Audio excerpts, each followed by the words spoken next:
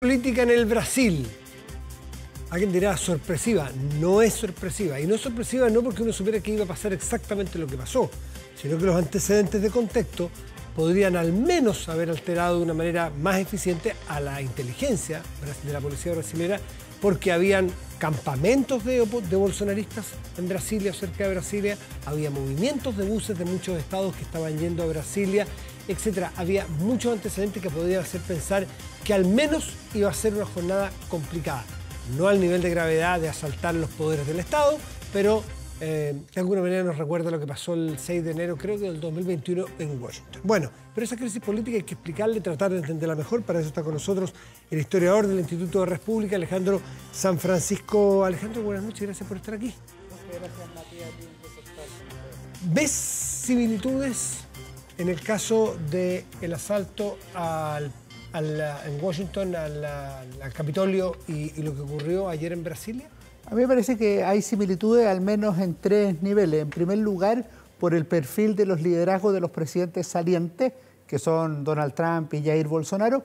En segundo lugar, por la actitud que ellos tuvieron frente a las elecciones, que son de cuestionar los resultados, de no aceptar quién ganó, de no felicitar puede ser al leído ganador como una motivación de los asaltantes del... Y eso es lo tercero, que en estos grupos habitualmente cuando tú sacas millones y millones de votos, 48, 49% de las elecciones, tu votante es de un perfil muy amplio. O sea, tú tienes... pero hay un grupo de fanáticos y esos fanáticos no están dispuestos a aceptar otra explicación que no sea fraude, robo, etcétera. Entonces con ellos se levantan y esos son los que han predominado, porque evidentemente si bien había una gran cantidad de gente, imaginemos lo que es Brasil y lo que es Estados Unidos en términos de población, son grupos minoritarios, por decirlo de alguna manera. Lo que pasa es que es impactante y ciertamente inaceptable en un régimen de derecho. Porque claro, los grupos serán, comparativamente a la población, grupos chicos, pero generan impacto, es grave lo que ocurre, y lo que es interesante ver cómo reacciona la política fuera de estos grupos de irracionales, digamos, y violentos, ¿no es cierto? Los fanáticos siempre, a un fanático es difícil exigirle racionalidad. No, pues se ciega. Se ciega, son fanáticos, son muy desequilibrados, muchas veces son personas que... Pero los políticos, incluso los que son cercanos a ellos ideológicamente, a ellos sí se les puede exigir, bueno, usted critique o usted... ¿Y cómo has visto tú que ha reaccionado la clase política? Y se les debe exigir, no solo se les puede exigir, se les debe exigir. Y en esto hay un dato más de gravedad que está en tu comentario, pero que me gustaría reforzarlo, que se atacan los poderes del Estado. O sea, esto no es una manifestación cualquiera de protesta o de disconformidad pública. Este es un ataque directo a las instituciones fundamentales del Estado y eso le otorga una mayor gravedad al antecedente. Yo creo que la reacción de Jair Bolsonaro fue en principio adecuada, pero yo la encontré muy blanda. O sea, esa crítica general a la violencia vale para cualquier lugar del mundo, en cualquier circunstancia. Aquí había una cuestión que es distinta. Se me hubiera pedido consejo Bolsonaro, yo le he dicho, uno, rechazo categóricamente esto. Ninguna persona que suscriba mis ideas, mi candidatura, mi proyecto político, puede participar en acciones que vayan contra el régimen jurídico democrático en Brasil. Fíjate que lo que estás diciendo tú tiene asidero en dos personas de carne y hueso que están en la política actual en el mundo y que son bien parecidos en muchas cosas. Las reacciones fueron completamente distintas. Jair Bolsonaro y José Antonio Kast. Jair Bolsonaro dice, la invasión esta que vimos, escapa a las reglas. No sé, andar a 51 kilómetros por hora en zona urbana también escapa a las reglas. Pero son de naturaleza totalmente distinta. Son totalmente distintos a atacar los poderes del Estado. En cambio, por lo que vi ayer en un Twitter de José Antonio Kast, que es bastante gemelo políticamente, de hecho han hecho campaña juntos en Brasil, es mucho más duro, dice que la violencia política no se admite bajo ningún punto de vista. Ahí tienen matices es que yo diría que tienen una sintonía porque José Antonio Kast fue a visitar a Bolsonaro y por otras razones. Pero si tú ves la política interna en Chile, José Antonio Kast cuando perdió las elecciones lo primero que hizo fue reconocer la derrota, desearle el mayor de los éxitos a Gabriel Boric, organizar un partido político que se presenta dentro de los márgenes de la legalidad. Entonces, en ese sentido hay una distinción y a una persona le puede gustar más o menos José Antonio Kast, Evelyn Matei, Alejandro Guillé, pero los tres reconocieron su derrota y fueron a felicitar al ganador. La tónica de hasta ahora, lo que hemos madera, de la política chilena. Y que ojalá se mantenga, por eso nombro a los tres últimos, porque hemos vivido años difíciles y sin embargo esa tónica no ha cambiado. Y entre medio vimos el problema en Brasil, hoy, ayer en Estados Unidos y un poco antes en Argentina, de Fernández a Macri. Kast reaccionó diciendo: la violencia política es inaceptable siempre. El pueblo brasileño tiene el legítimo derecho a protestar, pero sin violencia. En cambio, Bolsonaro, le repito, dice: las invasiones escapan a la regla. No, son reacciones bien distintas. Es excesivamente tibio y además uno debe suponer que la mayoría de ellos, si no todos, fueron partidarios de Bolsonaro en la campaña. Entonces el que puede parar esa destrucción es precisamente quien fue hasta hace poco presidente de Brasil y además que obtuvo un resultado espectacular de 49,1%, apenas 2 millones de diferencia con Lula.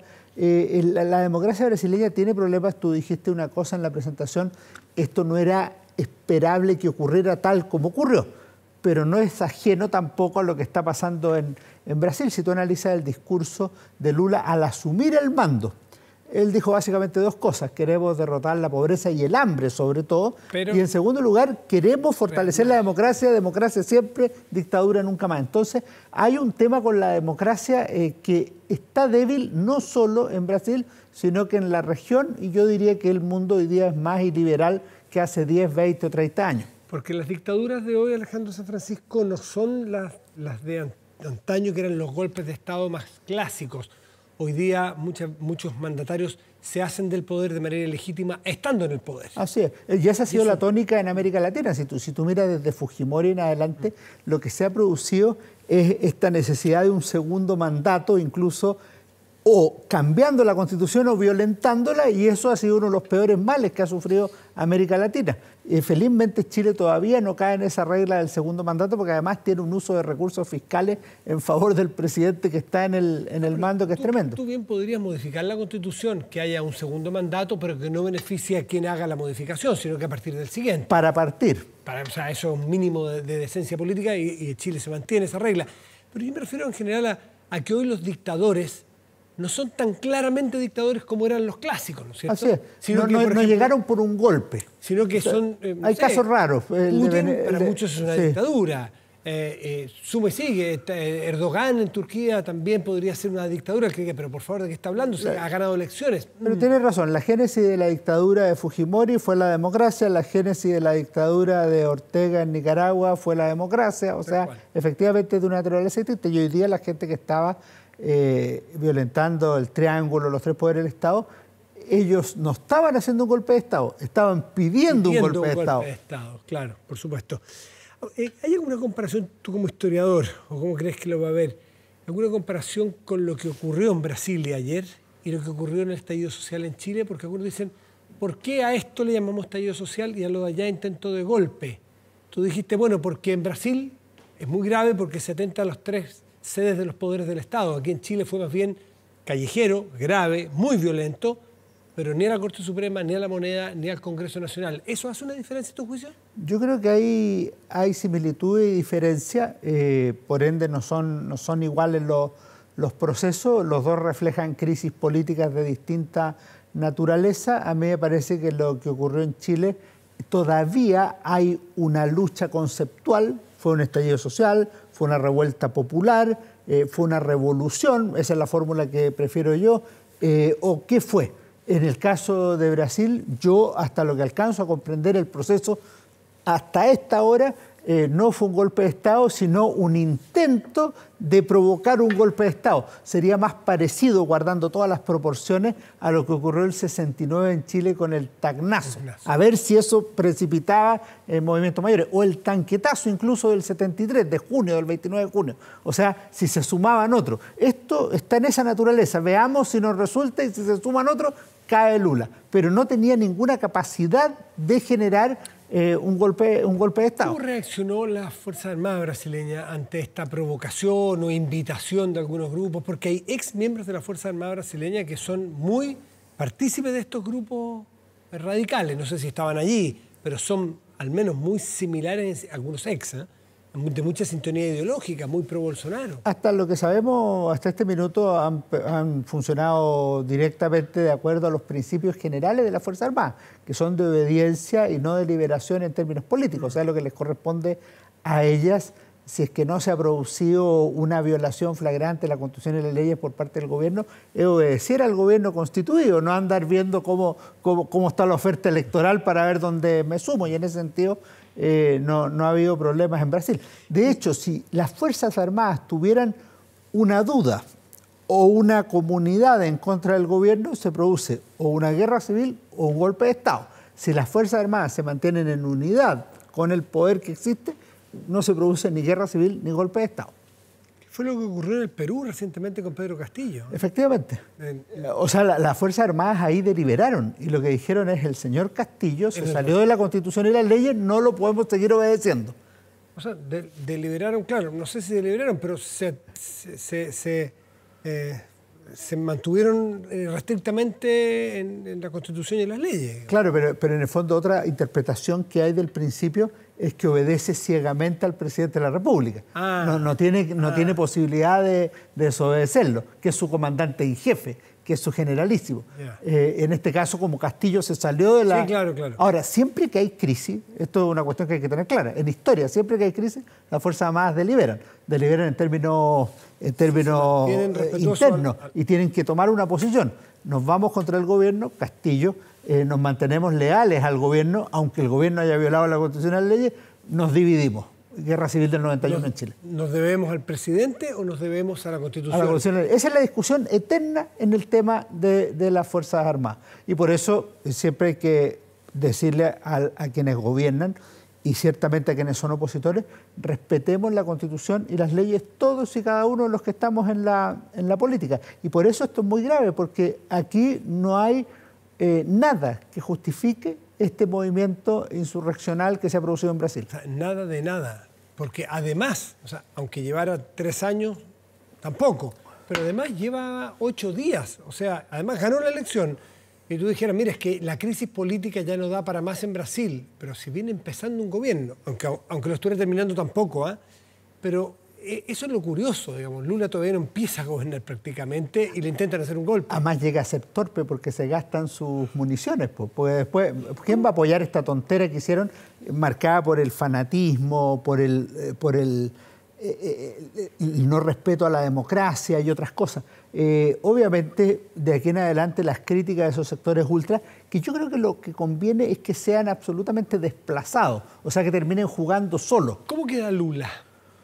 De alguna manera, de hecho, es bien arriesgado, pero es casi como les favorece, porque es una partida donde parte con una base de apoyo mucho más amplia frente a esta crisis que provocada por estos locos, pero en general, bueno, ya hizo una coalición muy amplia, o sea, con Alquim de vicepresidente, con los socialdemócratas, incluso grupos de derecha en segunda vuelta lo apoyaron a él.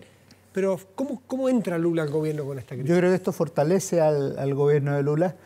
Cualquier persona común y corriente, no estoy diciendo personas muy comprometidas o que tengan deudas muy claras con el expresidente Bolsonaro,